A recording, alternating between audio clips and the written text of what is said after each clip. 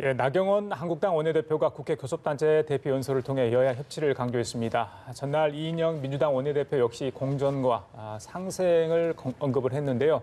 향후 교섭단체 간 대화의 장이 이어질지 관심이 쏠리고 있습니다. 네, 문재인 대통령이 북한 목선 삼척항 입항 사건과 관련해서 청와대 안보실도 일정 부분 책임이 있다고 보고 안보실 1차장을 엄중 경고 조치했습니다. 문 대통령이 청와대 수석급 인사를 공개 질책한 건 처음입니다. 현근택 더불어민주당 법률위원회 부위원장, 박정하 전 청와대 대변인과 함께 주요 정치권 소식들 짚어보겠습니다. 예, 어서 오세요. 안녕하십니까? 네, 어서 오십시오. 안녕하세요. 예. 자, 오늘 국회 교섭단체 대표 연설 이틀째입니다. 한국당 나경원 원내대표, 저희들이 잠시 전에 앞부분 일부 내용을 생방송으로 보내드렸는데 지금도 진행 중이라고 합니다. 제가 지금 원고를 가지고 있는데 한 30여 분 꽤 되는 것 같아요. 지난 3월인가요? 그때 교섭단체 대표 연설 때 수석 대변인 발언 논란이 있었기 때문에 저희들도 어떤 얘기를 하는지 더 관심 갖고 좀 지켜봤습니다. 어떻게 보셨습니까? 내용이 아마 전 두 가지 정도 좀 얘기해 봤습니다. 하나는 이제 신독재라는 표현을 계속 그 프레임을 갖고 가고 있는데 독재 시대다. 마치 또 차베스와 비교하면서 제가 보면 그 부분이 아마 좀 적절하지 않은 것 같고요. 제가 그다음에 또 하나 좀 주의 깊게 본 부분은 예. 이 말씀을 하셨어요. 지금 근로기준의 시대에서 계약자유의 시대로 가야 된다. 이 내용이 뭐냐면 결국은 최저임금이라든지 주 52시간이라든지 이런 걸 좀 국가에서 지정하지 말아라. 그러니까 계약 자유 원칙이라는 게 어찌 보면 이제 당사자들끼리 정하게 놔두라는 얘기인데 저는 이게 우리나라 현실에 너무 안 맞다. 왜냐하면 우리나라가 아시다시피 1년에 재해로 사망하는 분들이 거의 세계 최고 수준입니다. 하루에 5명 정도 돼요. 근로시간도 OECD 국가 중에 1, 2위를 다투고 있고요. 어찌 보면 국가에서 이거를 좀 더 기본적으로 어떤 계약 자유에 맡겨놨을 때는 안 된다. 어느 정도 좀 컨트롤을 해야 된다. 기본적으로 이 노동법의 역사가요. 근로시간 줄이고 노동이라든지 아니면 최저임금을 올리고 그런 시대거든요. 아니면 노동이라든지 청소년이라든지 노동 금지하고 이런 게 이제 근로기준법의 기본 어떤 취지인데 그리고 계약 자유를 좀 제한하더라도 최저한의 어떤 생계를 보장하는 게 기본 지침인데 아직 우리나라는 그 정도 갈 단계는 아니다. 우리나라 현실이. 그 부분은 제가 보기엔 간과한 것 같습니다. 예, 문 대통령을 겨냥한 발언이 좀 많았던 것 같아요. 외교, 안보, 경제, 정책의 기조를 좀 바꿔라. 이런 얘기가 아마 대부분의 그 행간에 다 담아 있었던 것 같습니다만. 3월 달 처음 그 연설일 당시에 수석 대변인 같은 논란의 단어는 없었습니다만은 조목조목 다 얘기를 한 것 같아요. 그러니까 불안이라는 화두를 시작으로 해서 지금 경제 외교 문제는 쭉 했는데 일단은 어제 그 이인영 민주당 원내대표는 공전과 상생이라는 화두로 이제 얘기를 쭉 시작을 했죠. 근데 안에 들어가면 내용이 다 대치됩니다. 일단은 이인영 원내대표는 노조위원장 구속 수사에 대해서 좀 비판적인 목소리를 냈고 오늘 나경원 대표는 노조의 사회적 책임에 대해서 또 얘기를 했고요. 예. 그다음에 지금 그 국회 경색 국면에 대해서 나경원 대표는 의회 민주주의가 무너진 거다라고 표현을 했는데 어제 이제 이인영 대표는 그 자유한국당이 어깃장을 놓는다 뭐 이런 표현을 했고요. 예. 그다음에 그 좀 전에 말씀 주신 것처럼 나경원 대표는 신독재라는 새로운 표현을 하면서 이제 정부 여당의 실정에 대해서 비판을 했죠. 그러니까 뭐 자극적인 단어나 이런 건 없었습니다만 지난 3월과 비슷하게 현재 그 정부 정책에 대해서 아주 그 여러 가지로 조목조목 비판을 많이 했던 걸로 보여집니다. 마지막 하나 그 지금 남북 문제 관련해서 그 대통령에게 무언가 제안, 그러니까 그 이산가족 상시상봉, 서신교환 이런 것도 얘기를 하면서 필요하다면 언제든지 그 북한과 얘기할 수 있는 하겠다는 새로운 또 전향적인 제안도 좀 한 것 같아요. 하여튼 그 남은 국회가 얼마 남지는 않았습니다만 여전히 그 원내대표 양 시각이 좀 대치된 부분이 많아서 정쟁이나 이렇게 그 계속되는 대치가 계속되지 않을까라는 전망을 좀 잠깐 해봤습니다. 비교를 하셨으니까 나도 비교를 하나만 말씀하시죠. 할게요. 어제 사실은 이인영 원내대표는 이 84일 만에 국회 정상화에 든 것에 대해서 사과를 했어요. 일단 먼저. 제가 그 질문을 드리려고 그렇죠. 했어요. 예. 근데 지금 원고를 살펴봤더니 없더라고요. 그 부분은 없었어요. 국민께 뭔가 이야기를 그렇죠. 던져야 저도 되는 거 아닌가 싶습니다. 그러니까 나경원 원내대표도 어쨌든 지금 얘기를 보니까 패스트트랙 이게 폭거다 얘기하지만 그 전에 제가 보기엔 국회 정상화가 늦어진 거에 대해서는 제가 보기에 국민한테 사과를 먼저 하는 게 맞다라고 봅니다. 예. 그러면 앞서서 이제 문재인 정부에 대한 비판을 쭉 나열하고 나서 그 후에 이제 대안적인 부분을 제시한 부분도 있었어요. 그 대안에 대해서는 좀 어떻게 좀 보십니까? 지금 말씀하신 것처럼 이제 그 북한과의 어떤 특사라든지 문제가 있었고요. 그다음에 어제 이제 이인영 원내대표가 얘기한 것 중에 국민 소환제가 있었습니다. 근데 이게 아마 연설 내용은 없는 것 같은데 소환제 할 수 있다라고 얘기했어요. 저는 그 부분은 하나의 진전이라고 봅니다. 물론 이제 지금까지 그 주민 소환제를 뭐 80여 차례 했지만 단체장이나 교육감이 된 적은 없어요. 시의원 정도 두 분 있었는데 그래도 이 제도가 있는 것과 없는 건 다르거든요. 그리고 기왕이면 또 어제 제안한 지금 물론 짝수달에 매달 하기로 돼 있지만 실제로 되고 있지는 않습니다만 예. 어제 제안은 이제 매달 차라리 그러면 임시국회를 열기로 하는 것도 어느 상징적인 의미가 있기 때문에 이 부분도 국회 앞으로의 어떤 정상화 이런 틀에서 본다 그러면 국민소환제나 매달 임시국회를 여는 밥도 나경원 대표가 받았으면 좋겠습니다. 가능할까요? 네, 현실적으로 사실은 그 국민 소환제나 아니면 상시국회에 대해서는 계속 되어 온 얘기였어요. 그러니까 이인영 원내대표가 뭐 생각이 잘못됐다라고 말씀드리는 건 아니지만 예. 늘 지금까지 얘기돼 왔었던 건데 그게 제도적인 미비로 인해서 진행이 된 게 아니라 사실은 국회의원 본인들이 갖고 있었던 잘못된 생각 때문에 이렇게 되어 있는 거거든요. 지금도 사실은 제도 변화 없이 늘 상시국회 열 수 있습니다. 안 하고 있을 뿐이죠. 그러니까 이인영 원내대표가 그런 제안한 것에 대해서는 있을 수 있었다라고 생각은 듭니다만은 좀 오랫동안 논의가 돼 왔던 얘기라 좀 공허하게 사실은 좀 느껴졌던 부분도 있어요. 그럼 실현 가능성 부분에서는 좀 낮게 보신다라는 저는 거죠? 뭐 그렇게 생각합니다. 예. 사실 그 주민 소환제도 거의 뭐 잘 안 돼요. 이유는 하나입니다. 요건이 엄격하게 돼 있어요. 그러면 만약에 국회의원 소환제를 했을 때 요건을 어떻게 만들 것이냐? 국회에서 만들기 때문에 당연히 엄격하게 만들겠죠. 그렇지만 그래도 없는 것보다 낫다는 것이죠. 이 말씀처럼 만약에 뭐 법에 정해놔도 뭐 합의가 안 되면 왜 안 여는데 그래도 예. 없는 것보다 낫다. 그러니까 어쨌든 여론에서라도 왜 열기로 됐는데 안 였냐 이런 예. 얘기를 할 수 있다는 것이죠. 그런 어제- 시기에서 예. 실제 실효성 여부를 떠나서 도입할 예. 필요는 있다고 봅니다. 근데 어제 이인영 원내대표가 신사협정 맺자, 국회를 열어놓고도 일 안 하는 상황 없을 수 있도록 신사협정 맺자라고 했거든요. 이 부분에 있어서는 한국당이 좀 어떻게 받아들일까요? 저는 이 건에 대해서는 여야 모두 국민적 질책이 굉장히 심하기 때문에 다 받아들여야 된다고 보는데요. 이제 진단과 처방의 문제를 좀 말씀을 드리면 이인영 대표는 사실은 그 건에 대해서 야당이 협조가 없어서 이게 국회가 공전되고 있다라고 생각을 하셨던 것 같아요. 근데 그 실상을 따져보면 여야 누구도 책임에서 자유로울 수 없는 부분이거든요. 이런 점에서는 물론 야당도 반성을 해야 되지만 저는 생각이 자체를 좀 이인영 대표도 민주당도 좀 전향적으로 볼 필요는 있지 않나. 이게 다 야당 때문에 이런 일이 생긴다라고 몰아가면 어제 야당 일제히 뭐 대표 연설에 대해서 이제 평가를 했습니다만 네. 그런 식의 반응들 그리고 향후도 계속 서로 간에 이해 못하는 부분들에 대해서 대치할 수밖에 없는 상황 아닌가 이렇게 생각이 들었습니다. 어제 이인영 원내대표의 교섭단체 대표 연설에 한국당이 가장 민감하게 반응한 게 그 패스트트랙 관련해서 그렇죠. 네, 어깃장 뭐 이런 발언할 때 웅성웅성하는 모습을 저희들이 봤는데 오늘 나경원 원내대표가 잠시 이야기를 했습니다. 이 사개특위 정개특위에서 다룰 내용인데 제왕적 대통령제 강화하는 선거제 동의를 못하겠다. 공수처 상권분리 무력화는 권력의 칼을 숨긴 거다. 이런 지적을 했어요.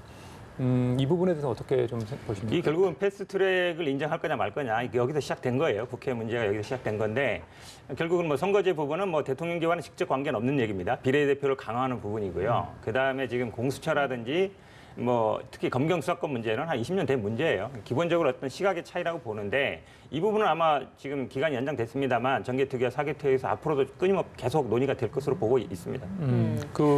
오늘 지금 원내대표 연설 끝나고 나서 민주당 의총이 있잖아요. 네네. 사개특위, 정개특위 위원장 네네. 누가 어떤 역할을 맡을지. 분위기는 이제 정개특위로 가는 분위기죠. 왜냐하면 이제 사개특위도 굉장히 중요합니다만 결국은 이게 지금 가장 중요한 게 선거제인데 선거제는 선거하기 전에 이루어져야 되잖아요. 그런데 지금 330일 채우게 되면 선거 전에 못 할 수도 있는 거예요. 만약에 자유한국당이 맡아서 계속 시간을 끌게 되면 어쨌든 선거 전에 이루어져야 되는데 그런 어떤 시급성이 있고 첫 번째는. 두 번째는 이제 여야 사당 공조 문제가 있는 거죠. 지금 정의당과 지금 다른 당들에서는 이거를 해라 반드시 네. 주면 안 된다라고 하고 있어서 그런 면도 있고 그다음에 어찌 보면 이 패스트트랙에 지금까지 온 거를 다시 무효시킬 수는 없거든요. 만약에 네. 선거제가 잘못되면 이 패스트트랙 자체가 무너지는 거기 때문에 그렇게 본다 그러면 뭐 그런 측면에서 아마 사개특위 위원들을 설득하고 근데 우리 당 지지자들은 사개특위를 해야 된다는 여론이 많습니다. SNS상에서 여론조사를 보면 막 예. 7대3 이렇게 막 나와요. 예. 그렇게 보면 이 지지자들을 좀 설득하고 그다음에 사개특위에 있는 분들 좀 설득하는 과정이 좀 필요할 것 같습니다. 예, 오늘 나경원 원내대표 발언을 봐도 항상 선거제만큼은 여야 합의로 변경했었다라고 이야기를 했어요. 만약에 이렇게 실제적으로 의총에서 정개특위를 택하겠다라는 민주당의 결과가 나온다면 한국당은 좀 어떻게 받아들이겠습니까? 지금 뭐 일반 사람들은 사개특위를 먼저 민주당에서 선택하지 않을까라고 생각을 합니다만은 속내로 들어가면 굉장히 그 민주당도 곤란한 부분이 있기 때문에 정개특위위원장을 먼저 맡을 거라고 보여지는데 그 정개특위 관련해 갖고 민주당 의원들 개개인들도 보면은 사실은 과연 이게 연동비례제를 이렇게 확대하는 그 선거구제에 대해서 흔쾌히 동의하고 있느냐? 그다음에 이게 8월 말까지 지금 연장은 됐습니다만은 그 사이에 원만한 합의안을 도출해낼 수 있느냐 이런 점에서는 좀 퀘스천이 있거든요. 이런 점에서 일부 오늘 아침에 조간에도 좀 보도가 됐습니다만 민주당 의원들 뭐 스텝이 꼬였다 이런 얘기들을 좀 하는데 저는 그 정개특위를 불가피하게 야 3당의 협조를 얻기 위해서 민주당이 선택을 할 수밖에 없습니다만 그래서 거기서 잘 진행이 돼야 사개특위도 잘 운영이 될 수 있기 때문에 아마 그런 선택을 할 텐데 좀 전에 뭐 여쭤보신 것처럼 과연 이렇게 원만하게 잘 진행될까 싶어요. 그러니까 정개특위는 나름대로 그랬지만 사개특위는 더더욱이나 그래서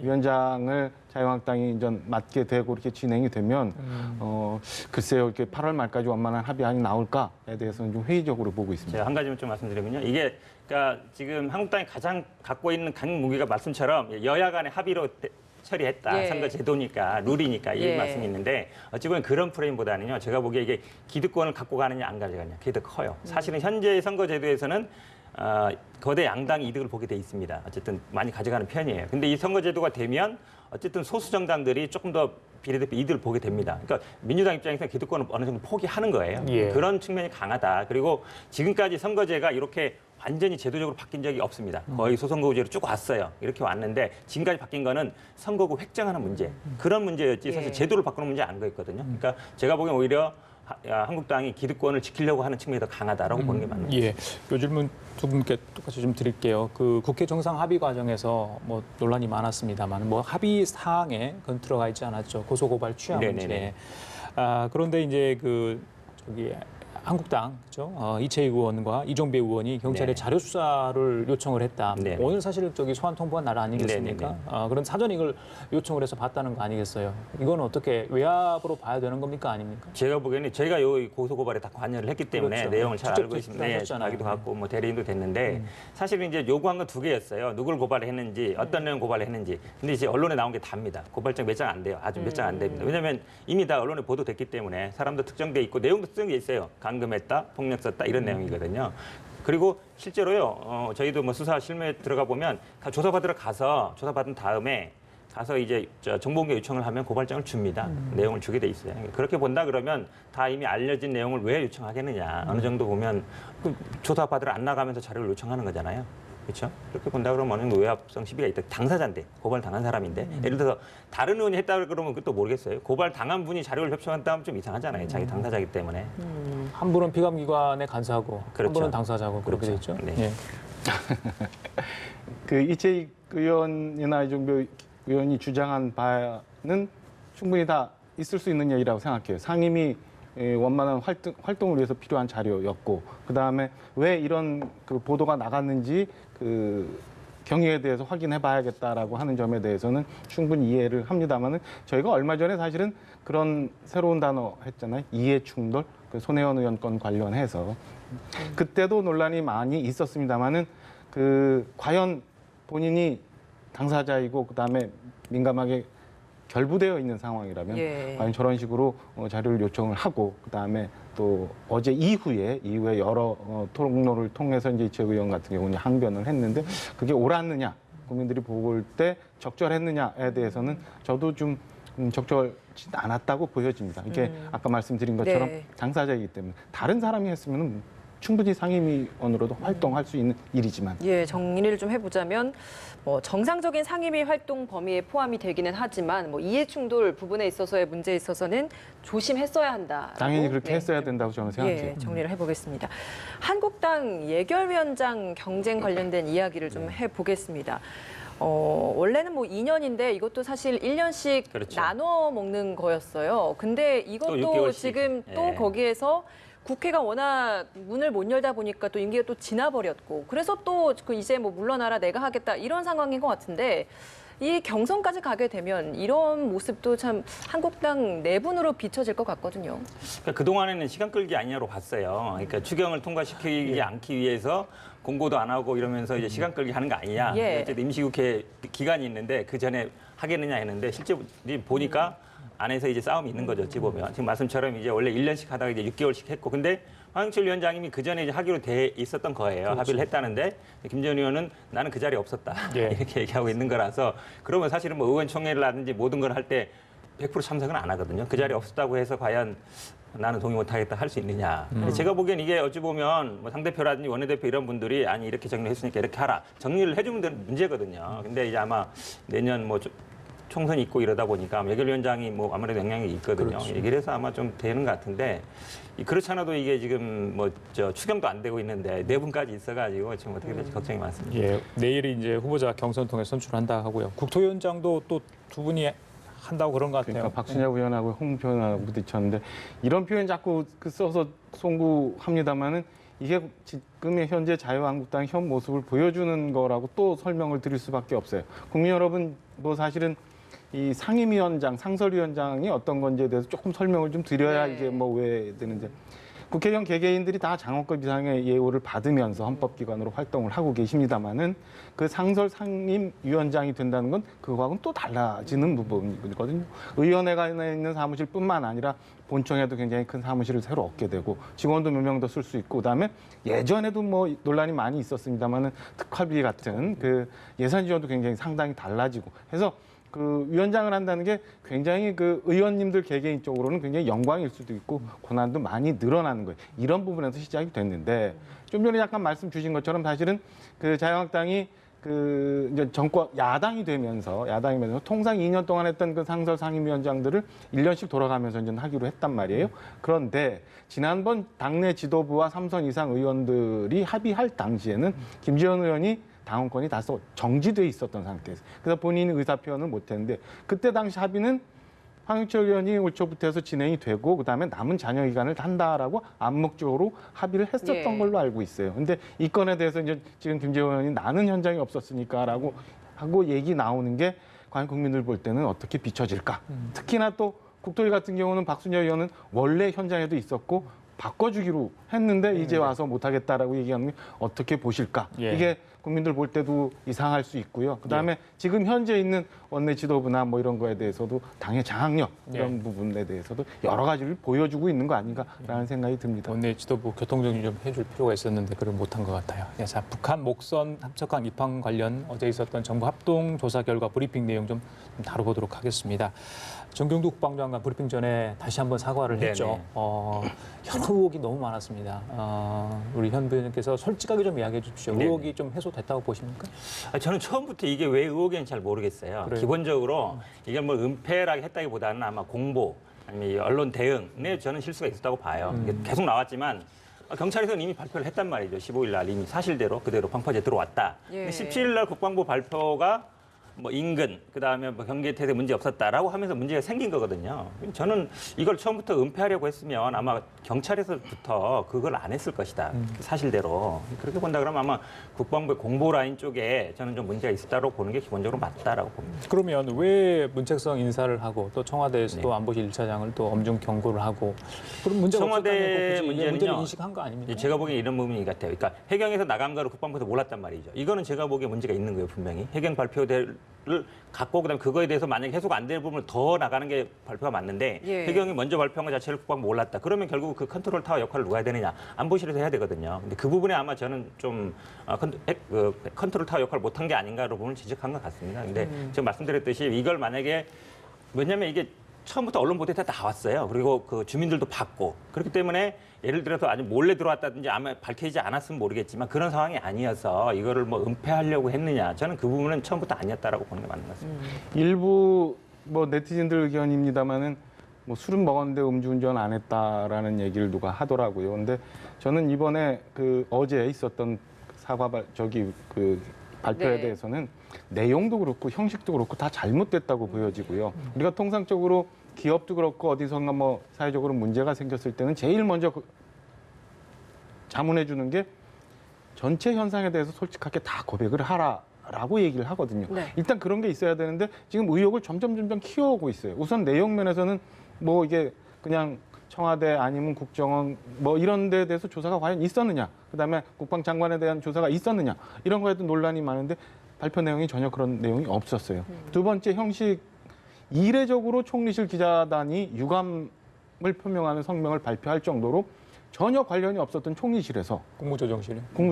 국무조정실에서 이걸 발표를 해요. 원래는 국방부에서 하는 걸로 알고 있었고 그렇죠. 국방부 합동조사단이 운영이 돼 있기 때문에, 근데 느닷없이 이 국무조정실에서 하게 된 거는 여러 부처가 걸쳐 있어서 했다라고 얘기는 합니다만 석연치 않은 부분이 많아요. 그러니까 이 현상을 덮기 위해서 여러 가지 장치를 두면서 꼼수를 부렸다라는 거밖에 볼 수 없는 부분. 마지막 하나 더 말씀을 더 드리면, 예. 어제 7시경 문자로 갑자기 그 대통령께서 안보실 1차장에 대해서 엄중 경고를 했다라는 발표를 청와대가 그 문자를 통해서 합니다.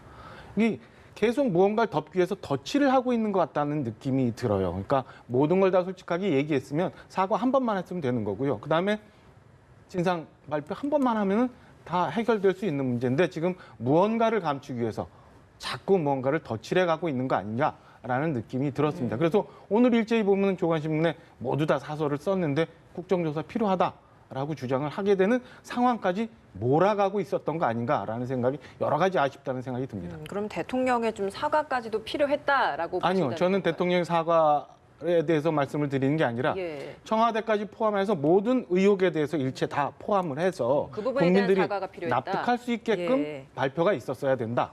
그랬어야지 더 이상의 의혹이 없지. 이거 처음에 오후에 1시에 발표를 하고 국민적 의혹이 해석이 안 되고, 그럼 청와대 조사를 했느냐 안 했느냐 논란이 커지니까 갑자기 청와대에서 또 늦게 안보실 1차장에 대해서 엄중 경고했다는 추가 브리핑을 하게 되는 상황이 오지 않았나, 이런 생각입니다. 예. 예. 부위원장님 뭐 반박하실 내용 있습니까? 네, 뭐 형식에 이게- 관해서 네, 형식이라는 게 결국은 이제 왜 국방부에서 안 하고 국무조정실에서 했느냐. 그다음에 통상 뭐 하루 전에 알려야 되는데 왜 한 7시간 전인가 알렸어요. 근데 그 시간이면 제가 보기엔 충분하다고 봅니다. 그리고 뭐 그러면 이제 이 제기한 게 그동안 취재를 안 하던 기자들 아니냐라고 얘기했는데, 제가 보기엔 뭐 국방부 기자들 참가를 했을 것 같고요. 그다음에 지금 말씀하셨듯이 이게 국방부 자체에서만 일은 아니에요. 해경도 관련돼 있고 국정원도 관련돼 있고, 그분들이 또 국방부에 가서 브리핑하기는 좀 애매한 부분이 있거든요. 그렇다 보니까 아마 한 것 같고요. 그다음에 뭐 하루 전에 하느냐, 뭐 급할 때는 1시간 전에도 합니다. 네. 사실은 통지를 7시간 정도면 제가 보기에 뭐 늦은 건 아니고요. 지금 말씀처럼 그럼 청와대 조사를 안 했기 때문에 뭐 추가적으로 문자를 한 거 아니냐. 그 부분은 제가 보기에 아마 국방부 조사에 청와대까지 조사 안 한 건 맞는 것 같아요. 그런데 청와대 내에도 문제가 있다라고 판단을 했기 때문에 아마 뭐 엄중 경고를 한 것 같은데요. 앞으로 이제 그 다음에 이제 쟁점이 남는 게 이제 국정조사를 할 거냐 말 거냐 부분이 예. 남는데, 지금 이제 국정조사 얘기하는 게 그런 부분이 있어요. 예를 들어서 이게 청와대라든지 아니면 뭐 해경이라든지 관련돼 있으니까 국방위에서만 하면은 다 못한다. 그리고 뭐 소환해도 안 올 거 아니냐. 근데 이미 국방위에서 이 부분에서 많이 이루어지고 있습니다. 그럼 다른데 해경이라 그러면 뭐 해경 관할을 하는 데 있거든요. 이런 데서 저는 충분히 할 수 있다고 보고, 계속 이제 뭔가 뭐 감추는 게 아니냐 그랬는데 뭘 감출 게 있겠어요. 이미 언론에 다 나왔고 주민들 나왔는데 온 거 나왔고 2명 갔고 이분들이 조사를 받았잖아요. 저는 뭘 감춘다는 거를 예를 들어 이분들이 예를 들어서 뭐 귀순 의도를 숨긴다든지 아니면 뭐 지금 예전 언론 나온 것처럼 뭐 예. 모선이 있고 뭐 한 거 아니냐 그러는데, 그 정도는요 제가 보기에 우리나라 정보력을 파악할 수 있어요. 그래서 저는 굳이 뭐 감출 만한 사안이 아니다. 이미 다 예. 나왔기 때문에. 그거는 두 가지를 좀 나눠봐야 되는데요. 목선이 삼척항에 접안을 하면서 왔을 때까지의 현상에 대해서는 많은 부분이 규명이 됐어요. 근데 문제는 뭐냐면 15일 날 새벽에 사건이 발생되고 난 이후에 17일 날 국방부가 잘못된 발표를 하는 데까지 왜 이런 일이 생겼는지를 규명해야 돼요. 그렇지 않으면 똑같은 일이 생겼을 때 또 다른 우리가 잘못된 대처를 할 수 있는 거거든요. 야당에서 얘기하는 거, 그다음에 국민들이 얘기하는 건 그 부분이에요. 그러니까 그 부분에 대해서는 왜 이런 식의 발표가 있었는지, 그럼 과연 청와대가 어디까지 개입을 해서 조정을 했는지, 의혹이 있는지 없는지에서 밝혀줘야 되는 게 맞는데, 어제 국방부의 진상 규명 발표는 이런 부분이 전혀 빠져 있었던 거거든요. 국민이 궁금해하는 부분은 사실은 앞부분보다는 여기에 더 있는 거예요. 이 부분에 대해서는 국정조사 필요하다는 야당 주장은 일리가 있다고 봅니다. 예, 합동 조사 결과 후에 이제 뭐 여야의 반응이 어떨 것인가라는 게 굉장히 많은 관심이었는데, 야당은 역시나 아직까지도 의혹 해소가 안 되었다라고 주장을 하고 있는 것 같습니다. 국정조사 부분 계속해서 요구할 것 같은데, 이 부분 어떻게 마무리될지 저희가 계속해서 좀 지켜보도록 하겠습니다. 오늘 두 분 말씀 여기서 마무리 짓도록 하겠습니다. 고맙습니다.